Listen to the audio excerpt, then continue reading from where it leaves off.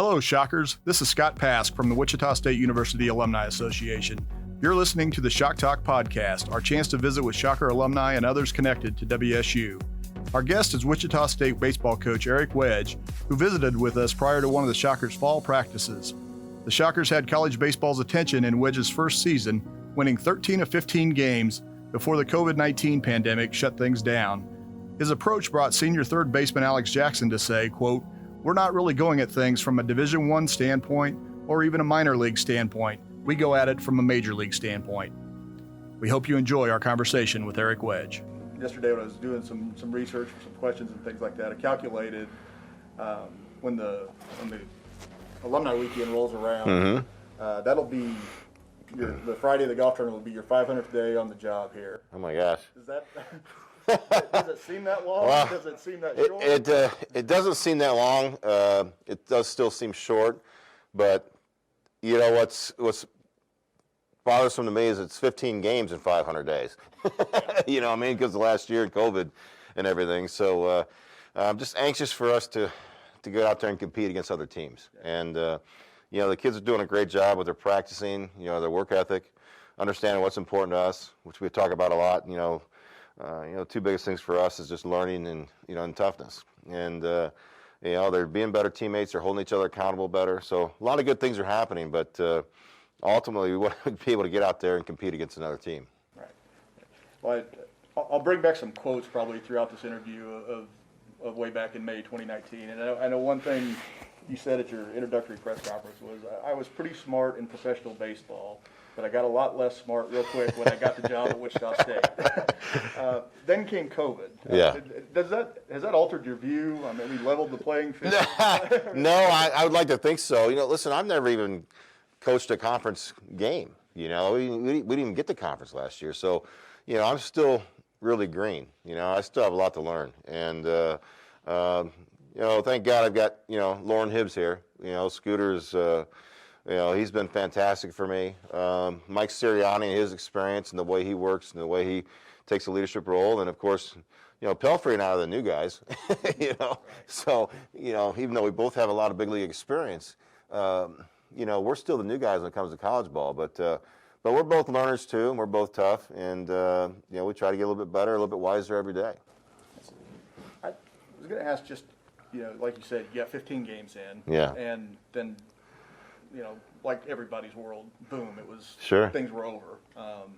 How did you process that, and how did you help your team process that sudden end to that season? So I actually shut it down a couple of days before it was officially shut down.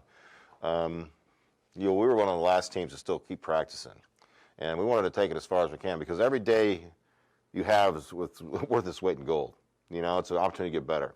You know, I still feel like that even right now today, and I probably always will. But ultimately, I knew that this was going to be something for the history books. You know, this is going to be something that our kids, their future kids are going to read about this. They're going to read about, you know, 2020, you know, and I think that's important for everybody to note. So when I talked to the team that day, telling them we're going to shut it down, which was very disappointing to them, obviously, you know, we just talked about them taking a leadership role in the community, you know, and being responsible and having that level of toughness to help others around them, to understand just how serious this thing is and how you can impact, you know, your community. You were, you know, record-wise, you were rolling along, 13-2. You've won 12 straight games. And I know you'd mentioned there was no real timetable for them grasping what you were bringing in. Right. Did you feel, though, at that point that there were some connections being made? There was, you know what, they were starting to get it. You know, things would have got worse before it got better, you know, because, you know, we were 13-2, and that's all fine and dandy. And they were really believing in what they're doing as well as they should have, and they were grinding. I mean, they were fighting. I love that. But ultimately, you know, things would have got tougher if we would have continued on. We would have handled it very well, but, you know, that type of winning percentage was just not sustainable for that team last year. At some point in time, it will be sustainable. But I love the fact that, you know, that they were believing in themselves and they were fighting. You know, I thought that last game was a great example of that. We were up 8-0. We blew it. They came back in, took the lead, and we came back and won it. You know, I mean, that takes some type of character to win those type of ball games. I'll get back to that game a little later in the interview. That was what I was going to ask about and have a parallel to draw. But the pandemic introduced some different options in the summer. You know, the NCAA restoring eligibility for seniors, the draft being reduced to 5 rounds, just some different things like that. You were pretty clear about your philosophy in roster management and the numbers that you were going to move forward with. But I was kind of curious, how challenging was it to get to those numbers you wanted? Well, it was really tough. When I took it over, I think our scholarships are at like about 16, which you only get 11.7, and we had 50-some-odd guys. So I think just with the transition of me taking over, a few guys left on their own that were here. You know, a few recruits who were supposed to come here decided to leave. And then when I came in here, you know, we had to clean house a little bit. But we've always been open and transparent with the players. You know, I mean, I've always believed that, you know, nobody should be surprised when you get fired or you get let go or you get sent down. If you're communicating properly and you're being transparent and you're being honest and open with your people, you know, and that's pretty much the way it's been here. You know, so if a player decides to leave, it doesn't surprise me. If I decide to let a young person know that, listen, this is probably just not for you here, I don't think they're surprised either. So, you know, we try to always take on that type of mentality. And, you know, even this fall, I mean, we're going to have some tough conversations this fall. We already have. It just comes with the territory. Yeah, but those are, as you said, tough conversations, I would imagine. Right.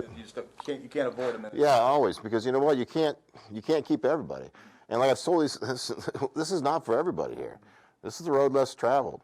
I mean, with, you know, myself and our coaching staff and what we believe and what's important to us and what we think should be important to them in regard to the game, not everybody grasps that.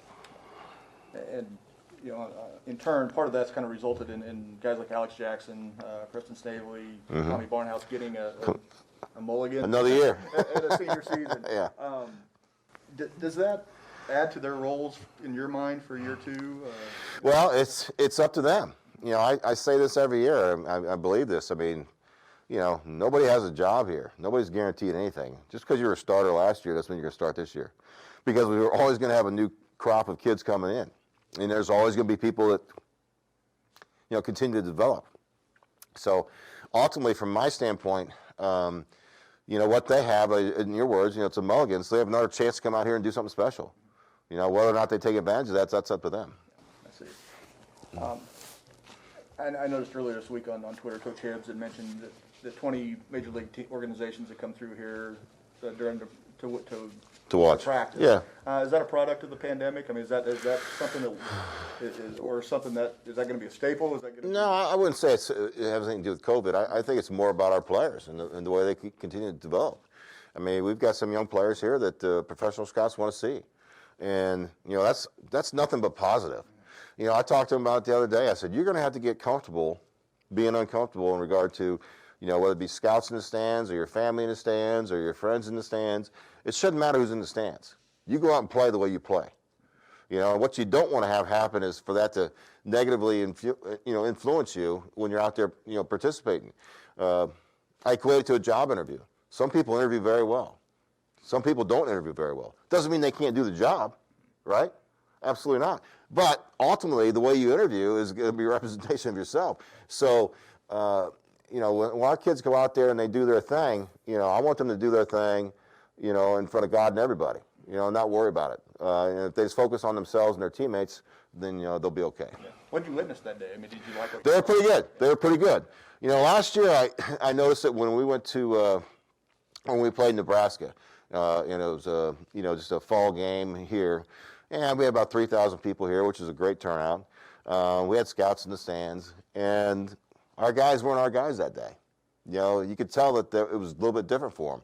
And it's probably the first time a lot of them went through that. So that was a great learning experience for us, and I felt like the other day, you know, they handled it much better. I see. Let's switch gears with day-to-day operations. You know, it includes limited to no use of your locker room, and indoor facilities, and these things are just, you know, even this room. Yeah, I know. Yeah, it's incredible. I know it's got to be frustrating, but how have your kids handled that? You know what? They've been fantastic, and I'm a straight shooter. I'd tell you if I felt like it was different than that. They've been great. I mean, they're getting dressed in the dugout, they're getting dressed out of their car, in the concourse or whatever it may be. They haven't complained about it. We don't build this program for people to complain or make excuses. Ultimately everybody's in the same boat. Deal with it, handle it, take care of your backyard, get out here and let's work to get better. And they've done a good job of that.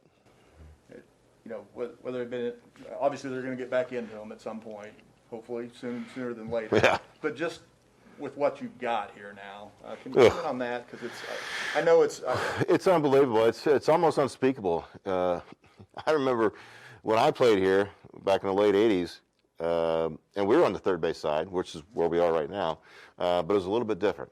The clubhouse was about this size, literally. I'm not kidding. And so, I mean, the resources that we have here are really unbelievable. This classroom right here, actually we're going to be utilizing this today. We're going to do a skull session. It's going to be one of our rounds in BP. We're going to show some video. We're going to talk to them a little bit. But we can only have 5 guys in here. I mean, it's designed to have 40 guys in here, and so that's something that's special. The clubhouse obviously is big league. Most people don't understand what that means, but if you look at a big league clubhouse, if you look at ours, that's a big league. I mean, there's not a big league team that would, squander that. And then you look at the training room, the video room, of course, the coaches' offices, coaches' locker room. I mean, it's in the way it just works right to our dugout or works right to our bullpen with our exit ways is fantastic. So it's one of the top 10 facilities in the country, and we're very fortunate to have it. Well, and I just imagine over time you've seen every extreme of Sure. the facilities. Oh yeah. It's got to be nice to have this one. Well, it is, and you know what? And we want this to be a home for our kids. And unfortunately, because we can't really utilize the clubhouse, it's not. But last year it was, and guys will be coming over here at 8, 9 o'clock in the morning, hanging out all day and going back and forth to class. So and I think that's a bond that we want to have happen with our kids. You talked about maybe things are limited from 40 to 5, and I imagine that transcends to weightlifting sessions. And has that? And I know you're an early to work, late home Sure. guy, but for them, has it extended the days? Well, it's extended our Garrett Bayless days, our strength and conditioning guy, because he's the one that they usually start at 6:30, 7 o'clock in the morning, and like you said, they're staggered just a few at a time, and he takes them on and off all day long until he goes home about 12 hours later. So, yeah, it's been taxing on him. He's married, he got a young child. I mean, so but everybody's making adjustments. Everybody has to, and as I mentioned before, nobody can complain about anything or make excuses. We're all fortunate to be here. Well, like I said, I know it's been almost 500 days now, but I'm gonna take you back just a little bit to May 2019. And one thing you told Mike Kennedy in an interview was that establishing identity would in part be taking the best from the old and encompassing the new. You're right. And just to start with taking the best from the old, Sure. What is that to you? Tradition, strength, toughness, security, and just overall tradition. When I came here in the fall of '86, and of course I played here for 3 years, '87, '88, '89, I felt it. I felt it when I got here. I felt it when I came on a recruiting trip early in the summer. That's how good I was. My recruiting trip was in the summer of my senior year. I'm being obviously self-deprecating there. The point being is most kids are taking their recruiting trips when they're sophomores or juniors. But I could feel it when I got to the ballpark. I could feel, the players working out. I could feel the coaching staff. Lauren Hobbs, Scooter, my guy, man, he was the one that really took care of me on that trip. And that was something that I wanted to be a part of. I knew when I got back home, like, if they want me, I want to be there because it was special. And you could feel it. And then when I did get to campus, and later on that fall, and walk in that clubhouse for the first time, feeling like I was about that tall, because there's all these guys in there, these All-Americans, and these guys have been to the World Series. It's like, wow, I'm going to have to up my game, man. And that's what I want these kids to feel. They need to up their game because we're not going to settle. When we're not going to come back to them. They got to rise up to us. When I talk about us, I'm talking about 40 years or whatever the hell it's been, of Shocker baseball. I see. And then just transversely encompassing the new. Well, so the news, it's always going to be about development, but ultimately, when I talk about learning and toughness, and talk about just overall interaction and communication, that's a little bit different. It's not going to just me telling you what to do. I'm going to ask you a question. Now, how did you feel about that? What are your thoughts on what you're doing? Did you ever think about this? What are your thoughts? How do you feel about it? Are you buying into what I'm selling? Do you have a problem with that? Do you not understand that? I need to know. So I'm going to work more off these players than probably we did in the past. I see. I don't know, you mentioned just in dealings with big leaguers, a lot of times nowadays, there's a lot more noise going in their ear. Absolutely. Social media. It's harder to coach now than ever. Yeah. Just because of all the distractions. Can you draw a contrast between when you played for Gene and what that might mean now? It's pre-cell phones. It's almost pre-internet. Actually, it really was. So many less distractions. Gene, Brent Chemnitz, Lauren Hobbs, they were my world. They were our world. This team was all we had. This team and going to school. And Wichita State baseball back in the day was huge. And it'll be huge again. It really will. I firmly believe that.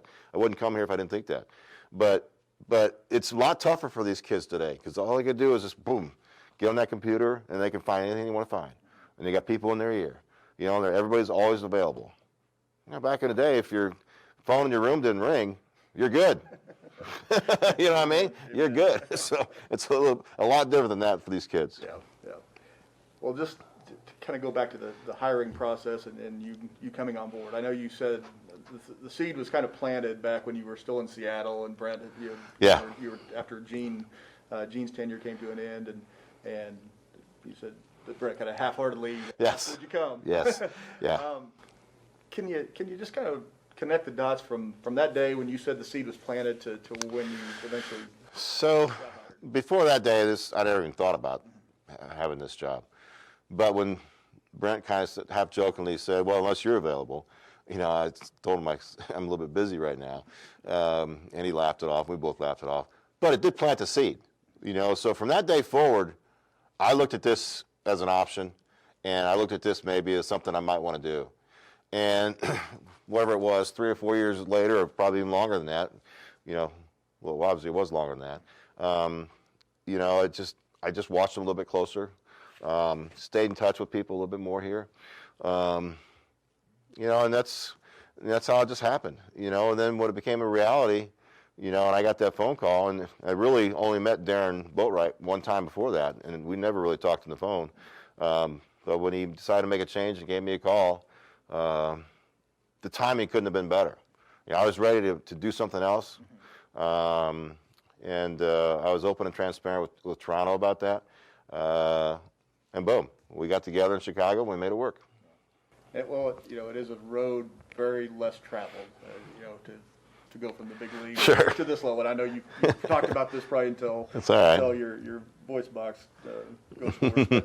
But did you look at it just totally from a Wichita State perspective, or did you talk to guys like Darren Erstad or Troy Percival who've gone from big leaguer to managing at their alma maters? You know what? The guy I talked to was Lauren Hobbs. Okay.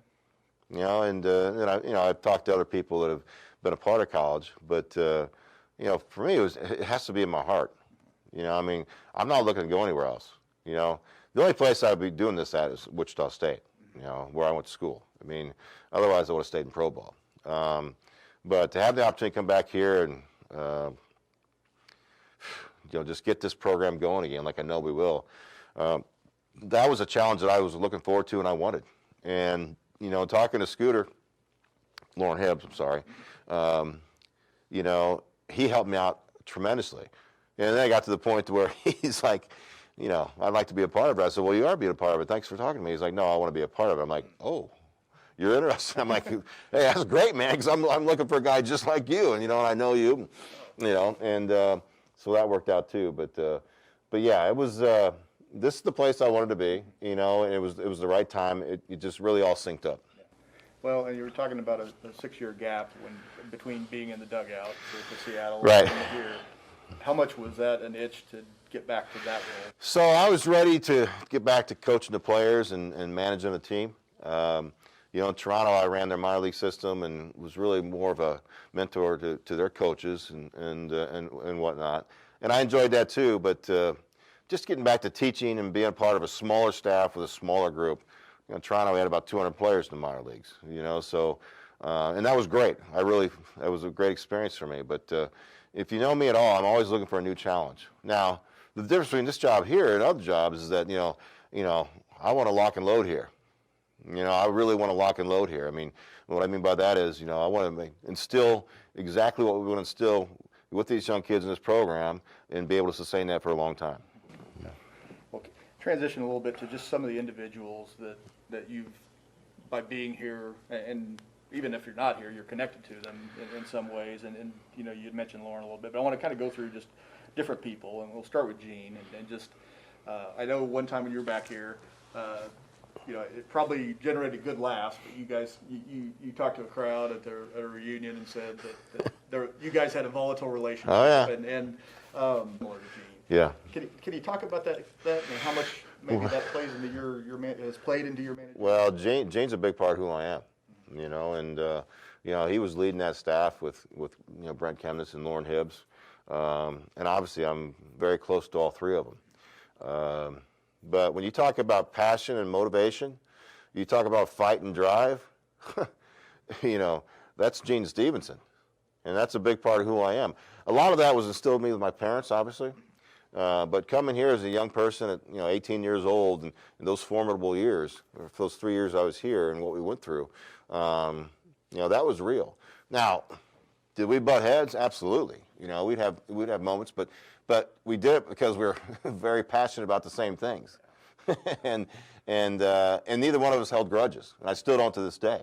When Gene calls and we talk or we get together or he comes out and watches a practice, I mean, he's very respectful. And but I think we both know when we look at each other's eyes, what we've done for each other, and that's never going to go away. Yeah. Well, how good is it to you inside just to have him in that role of being around occasionally when he comes by or calls? You know what? He's a dynamic personality. Him just like myself can piss somebody off like no other. And trust me, I can do the same thing, and he knows that. But him and I get each other, and his presence is undeniable. So, yeah, when he comes around, it's great. When we get together and have a meal together, it's great. Or, if I go over to his house, it's and hang out for a little while like we've done. Those are all good times. And you know what? And he deserves to, to really enjoy his time here on earth with what he's accomplished. He's one of the greatest coaches of all time. So I'm just happy to be a small part of that. Yeah. Do you feel that weight? No, not at all. Not at all. I mean, that's not me anyway. Yeah. That's not who I am. But to Gene's credit, he doesn't present himself like that now. He's he didn't have to excuse himself to anybody. Yeah. His accomplishments stand on their own.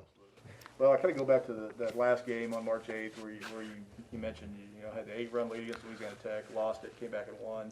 I know in the aftermath of that you said we might have been better off losing that game. Right. That sounded, just for somebody who's kind of been with an outside view of Shocker baseball for over, since back the time you played. Sure. What struck me was that, boy, that sounded like Gene. Well, that's probably where I got it from. Yeah. I can't tell you how many times Gene would tell everybody, ourselves included, just how bad we were, and it's unbelievable we won that game. He was always that guy. He was that character. Hell, we knew we were good. We knew we were going to be okay, but he didn't let us know that. The fact of the matter is, I'm always looking at the big picture. At that point in time in that game, we didn't know that we were going to be done. And I was just thinking about, okay, we're 15 games in, we're going to play 56. What happened today can't happen. Even though we won the game, what happened that day can't happen. Now, having said that, does not disturb the character of our team, the toughness of our team, by coming back and taking it. But ultimately, when you're up 8-0, you got to finish it off. You got to finish it off, and so that's what I meant by that. Yeah, no, and I followed but it struck me. I mean, Yeah, it's probably something Gene would say. Yeah, it really felt like, and you're not, and Gene wasn't the only. I mean, Greer Jones on a different level with the golf program. I mean, there was there was a not being satisfied with just getting by. Absolutely, you've got to have that type of edge. I tell players all the time, listen, when we step on the field pregame, somebody's winning 1-0, and we need to be that team. Somebody has a greater presence. You know, are you looking at them or are they looking at you? We sure as hell don't want to be looking at them. We want them to be looking at us. You know, if we're doing that, we're winning 1-0 before game even starts. Gotcha. We'll just kind of move it down the list. You know, Brent's another one. Brent, you know, he's been very front and center with your, you know, in your return. And absolutely, and, I know he's a great supporter, you know, behind the scenes as well. Just your relationship with him and over time, and how it helped you get you back here. I'm probably closer with Brent than anybody, you know, and you know, Scooter and I continue to get closer day by day just because we're in the office together, working together. But with Brent, I mean, he's a great friend, and you know, he's the one guy that I've consistently stayed in contact with over the years. You know, he has great feel. You know, he's a common sense guy. He's a fun guy. You know, and has a great personality. But the way he feels about Wichita State, that's really important to me. Because I feel the same way, but I haven't been here for 40-some-odd years straight, like he has. You know, so, you know, he's the guy that's, you know, that really stands for everything that we want to be about. And I'm so happy that he's still a part of this program, this university. You know what? He does a great job in the community. You know, generating interest or money for the university, and but he loves baseball, so he's almost like a security blanket, you know, for me. I see. That's well described. And then, you know, you've mentioned Lauren throughout this interview already, but what made him an integral part of the staff that you started to put together? So I have ultimate trust in Lauren Hobbs. I don't have to worry about Lauren Hobbs at all, and I also know that he's going to have my back and help take care of me as I'm working through this learning curve. Because as we talked about earlier, I mean, I'm a rookie, you know, and, you know, I've got to earn my status. And, you know, I've got to pave our own way here from a program standpoint, but ultimately Scooter's done that multiple times. You know, and Lauren's a guy that, you know, he's going to fill in the blanks for me, always has and always will. And we go way back to where I was 18 years old, and we're sitting in Pizza Hut together, and you know, I asked him 2 questions. I wanted to, you know, just tell me I can call my own game and just tell me you're going to help me be the best I can be. And he looked me right in the eye and said, yeah, we'll do that. And it worked out. So for him to want to be a part of this and bring his family back to Wichita, I can't say enough about it. And I hope we're together for a long time. Yeah. I mean, just to have him be forward about that is... Yeah, absolutely. Absolutely. I mean, and, you know, he was helping me before I even thought he was an option, you know, to be a part of this. So, you know, for him to make that decision and want to be a part of this, I mean, it's funny. He's such a powerful guy that it's not just, you know, Wichita State baseball or Wichita State. It's the city of Wichita and the state of Kansas that's better because he came back here. I see. What do you pull from him day to day? Oh my gosh. I mean, you know, emotionally, he's right on par all the time. You know, he has great timing. Like, he knows when to get hot or when to back it up a little bit. And he sees everything, which I love that about him. You know, and I talk to the kids about that all the time. You got to see everything. I talk to the coaches about that all. You got to see everything. You got to feel the room. I can feel if somebody's behind me or if somebody's over there or you got Ryan. I mean, you got to feel it. You know, and he does that each and every day, and it's not just on the field. I see. Well, and then, you know, you talked about the importance of getting the right guys for that staff, and Mike Pelfrey is one who brought continuity, but he brought what else for you? He's got a great sense of humor. You know, he's passionate about the city of Wichita and Wichita State. And this is a guy that made a ton of money, and he chose to come back here and get his degree so he could be a coach. You know, and he loves being here. He loves working with the kids. He's all about development and learning. He's tough. I love that. I mean, a guy starts in the big leagues for 12 years, you got to be tough. You know, and he gets that. Doesn't take himself too seriously, but he takes his job very seriously. And you know, he's no different than Carl Willis, who was my pitching coach for a long time. He's a pitching coach still with the Indians. You know, guys like that with that type of sense of humor, self-deprecating, so to speak, busting chops. Because I'm a big believer that you've got to be tough. You got to bust chops, man. You got to get on people back and forth, and you got to call people out, and everybody's got to be able to handle that. And he's quick-witted like that. But his players, his pitchers love him, but he makes a powerful influence on our position players too. I see. Well, and he gave you some continuity. I mean, from Todd's staff. Right. That had to. Well, he was the one guy. Yeah, he was the one guy we kept, and he really took over a major role there when we were in that transition, and he kind of like wore every hat until I got here. So and he handled that very well. Moving on to Mike Siriani, who's had some time here as well. What drew you to him? So, interviewed a lot of people. I had more interest in that job actually than any other job I've ever had. It includes the big leagues. I mean, from professional coaches to, of course, college coaches and everybody else, even people out of the game. I had good friends that I interviewed that I did not hire. That was tough. But ultimately, Mike Siriani checked all the boxes. His role as our recruiting coordinator is massive, and it's time-consuming. He's got a beautiful wife and a young family, and for him to take that role as a recruiting coordinator, not just that, but also the way he, takes charge in practices, and the way him and I communicate, and the way he communicates with the other coaches, but also all the players. It's massive. He's a great baseball guy. He's a good person. He's strong.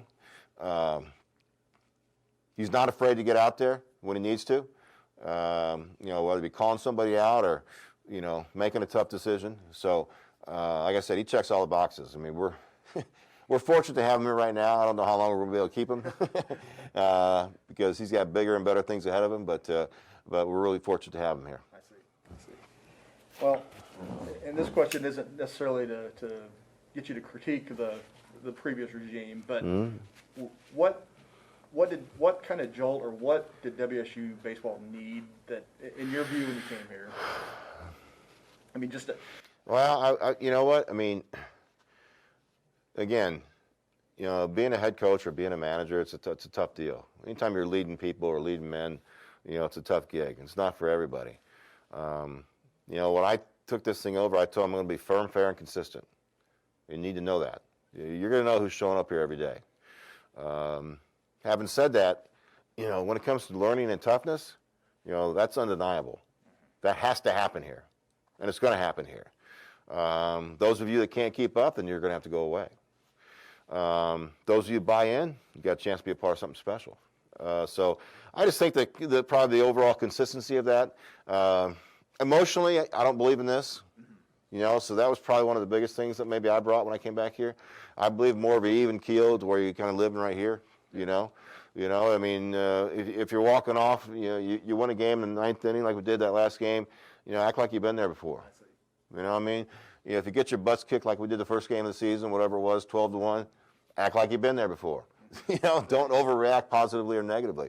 Doesn't mean you don't enjoy it. Doesn't mean you're not emotional. It just means that you got to stay in that box. Because if you start doing this, then we will not be champions. Yeah. We'll be champions by doing this. I see. I was going to ask you just, and this could be a question I know you could answer all day long, but how has the college baseball landscape changed since you played? Just the biggest thing that really stands out to you? Well, probably just all the social media. I mean, that, and I think that, the fact that they're recruiting these kids in 8th and 9th grade, which I think that's ridiculous. So kids are making decisions. I think the percentage is like 75% of the kids that make a decision to go somewhere, sophomore year before, don't end up going there. Yeah. So what the hell are we talking about? Yeah. Why do that? Why do that to the kids? I wish there was a rule that, you can't do anything until like their junior year or something. Yeah. But the kids are hungry, the parents are hungry. I get it. We're trying to reestablish our reputation. And I think that we've done a good job of that here in the short term. But college is different than it was a long time ago. But I think it goes back to what we were talking about with the kids. Just so many more distractions for these young people, and so many more people in their ears. Yeah. Well, and I know a lot of the talk around having you back here is there's there's all those College World Series appearances back in Wichita State's earlier history, and obviously that's what Sure. every team aspires to accomplish. Do you feel like more programs around the country are invested in that, that end goal than maybe before? You know what? It's Hibbs or Chemnitz or Gene would probably speak better on that, but I think it's everybody's goal to go to the College World Series. Obviously, I just think it's more glorified now than it was back in the day. I mean, I worked at ESPN for a couple of years, before I went to Toronto after Seattle, and I can't tell you how excited they were about the College World Series because they would be showing them the programs, and everybody's vying to go there, call those games. They wanted it to be a part of that. You know what I mean? So, and back in the day, ESPN was the only one showing college baseball. Right. Now you got the regional networks, and it's a bigger deal, national deal. But I think that when you look at the competition of today, and you look at the value people put on college baseball nowadays, absolutely it's harder. It's a much bigger deal than it was back in the day. Yeah. So these facilities are maybe more out of necessity as well, right? Well, I mean, if you want to be prominent and you're bringing young people in here, you need to impress them. Yeah. I mean, for me, I look at these as great workspaces. It's not just for recruiting as far as I'm concerned. Sure. Does it help us? Absolutely. But ultimately, there's a purpose for every space here, in this clubhouse, in this building. So, unfortunately with COVID, we can't utilize that right now. But, what we will in time. Well, it's kind of funny, transition back to you a little bit.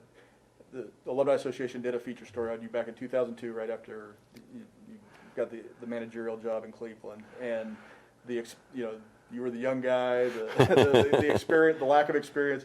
And now the irony is that here he is 20 years down the road and has all this experience. I mean, the 1,600 MLB games, all kinds of minor league seasons under your belt.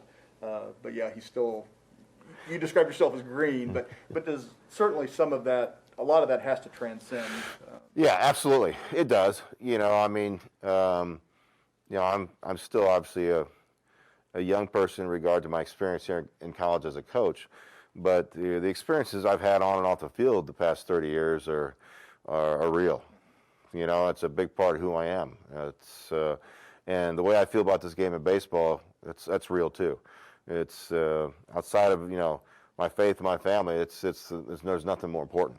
And I tell the kids that, listen, if this is not one of the 3 most important things in your life, you're probably in the wrong place. But ultimately, all those experiences I've had on and off the field, just being in professional baseball, I draw upon those every day. So even though my experience here is not that strong up to this point, time-wise, you said 500 days. What I've done the last 30 years, I think helps separate us day to day here. Yeah, and specifically dealing with something like a pandemic where kids' seasons got shut down. I mean, I know you were playing in '94 when the baseball happened. Were there any correlations to Yeah, well, I mean, it's just, I remember, trying to go to spring training in '95 and we couldn't go. I was on the roster with the Red Sox at the time, and we couldn't go. And just trying to figure out how to handle that and deal with that and still be prepared. So, yeah, I think there's so many different life experiences that I've had that help with this. I mean, Seattle, I got sick there for a while and had to miss some time. I mean, you just draw upon those life experiences. And I think our kids have done a hell of a job with that. Like we talked to them that day when we shut it down, a couple of days after that last game, I said, listen, you guys have a chance here. This is an opportunity to be a difference maker. This is an opportunity for you to take on a leadership role in your community, because everybody's scattered. I said, and I'm not going to ask you to do it. I expect that. And I think they've done a nice job of that. What was the mood like in that room that day when you had to, somber, tough, yeah, that was tough. It was, guys felt what we were doing because we were doing all right. We won 12 in a row and we had some momentum and guys were starting to figure it out. The toughest thing for me is just the time we lost. That's why every day here right now when we're practicing, it's worth its weight in gold. Because every day you lose, you just don't get it back. These young people, they keep getting older. You know what I mean? You just don't get it back. So the toughest thing for me was like the opportunity that we had and ultimately was taken from us because of COVID. How have you been received here with just teammates you played with? Oh man, they've been great. A lot of them come back, whether it be for alumni deals or other times. And I want all of our alumni to feel free. This is their home too, man. I don't care if you played here back in '78 or you played here, 2 years ago. Everybody's welcome here because we're all a family. I tell the recruits the same thing. As soon as they commit to us, you're part of our family. And I feel that about players that I played with, players that played after me, players that played before me. I remember when I came here as a freshman, looking at a Tim Raley who was an All-American, looking at a Mark Stanford who was an All-American, and and so many others. But those were like a couple guys that had powerful influences on me when they were older players. Those are things you don't forget because, again, it's kind of a part of your DNA, so I hope everybody feels that way. Yeah. Well, I'm just kind of curious. It's the beautiful hallway down there, and it obviously documents Wichita State's great baseball history. Right. I mean, you're a huge part of that. I mean, you're on the wall. Does it just? You said it yourself. This is the only place I would have come back and done this. Is that just more of that gravitational pull? Oh my gosh, yeah. I mean, you look at, Lauren Hobbs on the A2 all-tournament team in the College World Series. You look at Mike Pelfrey's, his plaque on the wall, being a big leaguer and being a two-time All-American here. And, yeah, it's humbling, but it's also motivating. When I look at that wall and I see the last year, it was '96 that we were at the College World Series, that's motivating as hell. It's been that long? Are you kidding me? And I know how hard it's going to be to get back there, but we're willing to put the time and the effort and the work in and have the mindset we need to have to get there. Thanks for listening to the Shock Talk podcast. For more on Eric Wedge, visit the Shocker Mag at shockeralumni.org.